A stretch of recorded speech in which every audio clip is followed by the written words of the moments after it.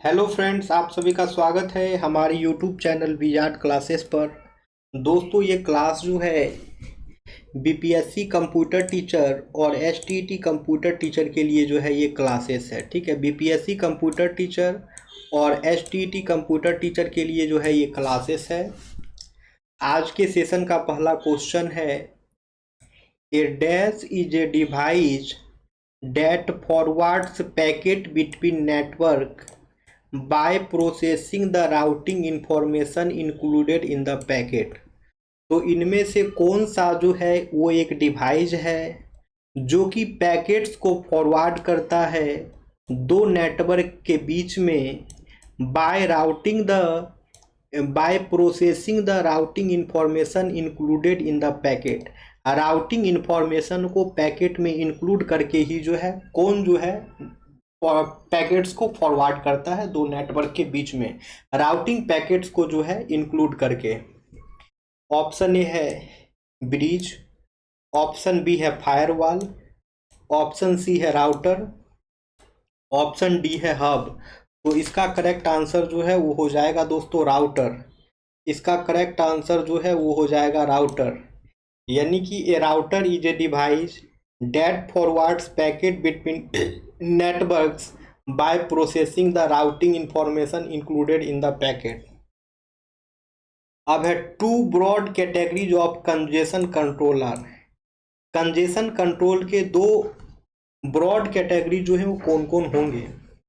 Option है A है open loop and close loop, option B है open control and close control, option C है active control and passive control, option D है active loop and passive loop. तो इसका correct answer जो है वो हो जाएगा दोस्तों open loop and close loop. इसका करेक्ट आंसर जो है वो हो जाएगा open loop and close loop, यानी कंजेशन कंट्रोल के दो ब्रॉड कैटेगरी जो हैं वो ओपन लूप और क्लोज लूप होगा। अब है in open loop control policies are applied to. Open loop control में जो है पॉलिसीज किसके ऊपर अप्लाई होता है, तो पॉलिसी जो है अप्लाई किया जाता है prevent before congestion occurs.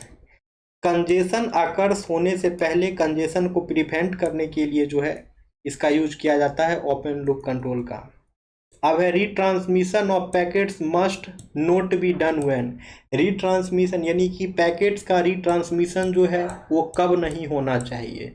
Option A है जब पैकेट लॉस्ट हो, ऑप्शन बी है जब पैकेट करप्टेड हो, ऑप्शन सी है जब पैकेट की आवश्यकता हो, ऑप्शन डी है जब पैकेट एरर फ्री हो। तो इसका करेक्ट आंसर जो है वो हो जाएगा when packet is error free। retransmission of packet must not be done when packet is error free। जब पैकेट एरर फ्री हो, जब पैकेट एरर फ्री हो तब जो है उस वक्त पैकेट का रीट्रांसमिशन जो है नहीं होना चाहिए। अब है in go back N window when the timer of the packets time out several packets have to be resent, even some may have arrived safe, whereas in selective repeat window the sender resent। तो selective repeat window में sender जो है क्या resend करेगा, तो ये हो जाएगा only those packets which are lost or corrupted। जो पैकेट आपका लॉस्ट हो या फिर करप्टेड हो, सिलेक्टिव रिपीट विंडो जो है बस उसी को रिसेंड करेगा। ठीक है, गो बैक एंड विंडो में। अब है discarding policy is mainly done by. Discarding policy जो है वो किसके द्वारा होता है, तो डिस्कार्डिंग पॉलिसी जो है राउटर के द्वारा किया जाता है। डिस्कार्डिंग पॉलिसी जो है राउटर के द्वारा किया जाता है। अब है close loop control mechanism try to. Close loop control mechanism जो है वो क्या करता है, तो ये जो है कंजेशन अकर्स को जो है रिमूव आफ्टर कंजेशन अकर, कंजेशन अकर्स के बाद जो है उसे रिमूव कर देता है। अब है the technique in which A congested node stop receiving data from the immediate upstream node और नोड इज कॉल्ड, तो इसे जो है बैक प्रेशर कहते हैं। अब है back pressure technique can be applied only to, तो बैक प्रेशर टेक्निक जो है किसके ऊपर जो है अप्लाई होगा, तो ये जो है वर्चुअल सर्किट नेटवर्क के ऊपर अप्लाई होगा। बैक प्रेशर टेक्निक जो है वर्चुअल सर्किट नेटवर्क के ऊपर जो है अप्लाई होगा। The packet sent by node to the source to inform it of congestion is called. The packet sent by node to the source to inform it of congestion is called, यानी एक packet जो node से जो है source पे send किया जा रहा है वो जो है क्या इन्फॉर्म करेगा जब उसमें कंजेशन होगा। तो ये जो है चोक, इसे जो है चोक कहा जाता है। अब है why does congestion occur, congestion जो है वो अकर क्यों होता है। नेटवर्किंग का एक काफ़ी इंपॉर्टेंट क्वेश्चन है कंजेशन, और कंजेशन जो है क्यों अकर होता है वो पूछ रहा है। तो ये हो जाएगा because the router and switches have queues, क्योंकि राउटर और स्विचेज दोनों के पास जो है क्यू होते हैं, इस कारण से जो है कंजेशन अकर होता है। कंजेशन इन ए नेटवर्क और interconnect occurs because router and switches have, तो क्यूज अभी देखे ही थे, ठीक है, क्यूज अभी देखे ही थे।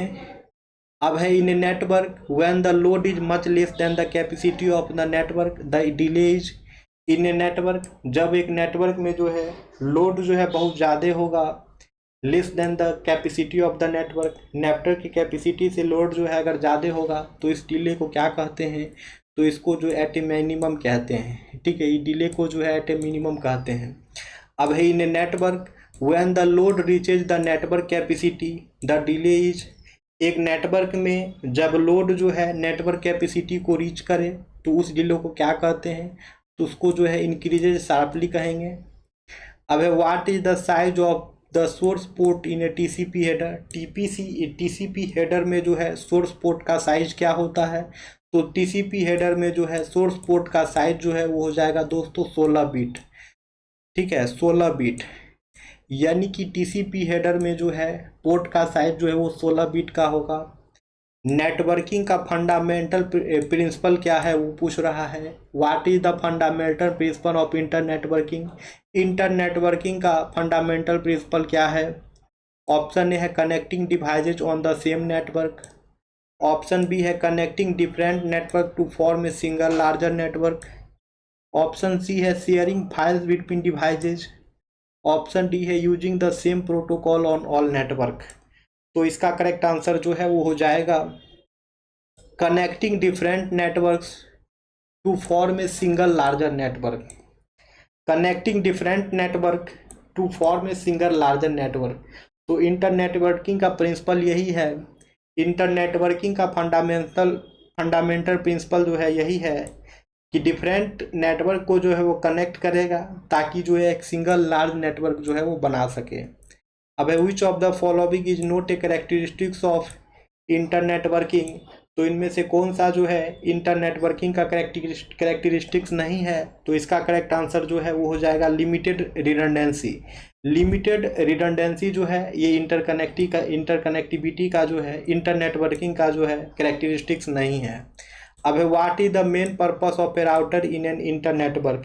एक इंटर नेटवर्क में जो है राउटर का मेन पर्पस क्या होता है, तो इसका मेन पर्पस होगा forwards data between different network के बीच में डेटा को फॉरवर्ड करना, यही जो है राउटर का मेन पर्पस होगा एक इंटर नेटवर्क में, ठीक है। Forward data between different networks के बीच में जो है डेटा को फॉरवर्ड करना, यही जो है इंटर नेटवर्किंग में राउटर का मेन जो है पर्पस होगा।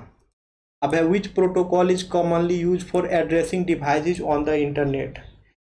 ठीक है, तो कौन से प्रोटोकॉल का यूज करते हैं हम लोग आमतौर पे डिवाइसेज को एड्रेसिंग करने के लिए इंटरनेट पर, तो इसका आंसर जो है वो हो जाएगा IP. It means IP is commonly used for addressing devices on the internet. Internet पर जो है डिवाइसेज को एड्रेसिंग करने के लिए कॉमनली हम लोग आईपी का यूज करते हैं। अब है what is the role of the OSI model in inter networking. Inter networking में जो है ओएसआई मॉडल का रोल क्या होगा वो पूछ रहा है। ऑप्शन ए है it is a set of protocol use for data transmission. Option B है it is a framework for understanding network communication. Option C है it defines the hardware component of a network. Option D है it controls the speed of data transmission. जो correct answer हो जाएगा वो होगा it is a framework for understanding the network communication. अब है which of the following devices is not typically used in inter networking. इनमें से कौन सा डिवाइसेज का यूज जो है हम लोग सामान्यतः इंटर नेटवर्किंग में नहीं करते हैं, तो हो जाएगा हब। यानी कि इंटर नेटवर्किंग में जो है सामान्यतः हम लोग हब का यूज नहीं करते हैं। बाकी राउटर, स्विच, फायरवॉल इस सभी का यूज जो है इंटर नेटवर्किंग में किया जाता है। अब जो है यहाँ पूछ रहा है what does the acronym DNS stand for. तो डीएनएस का फुल फॉर्म पूछ रहा है।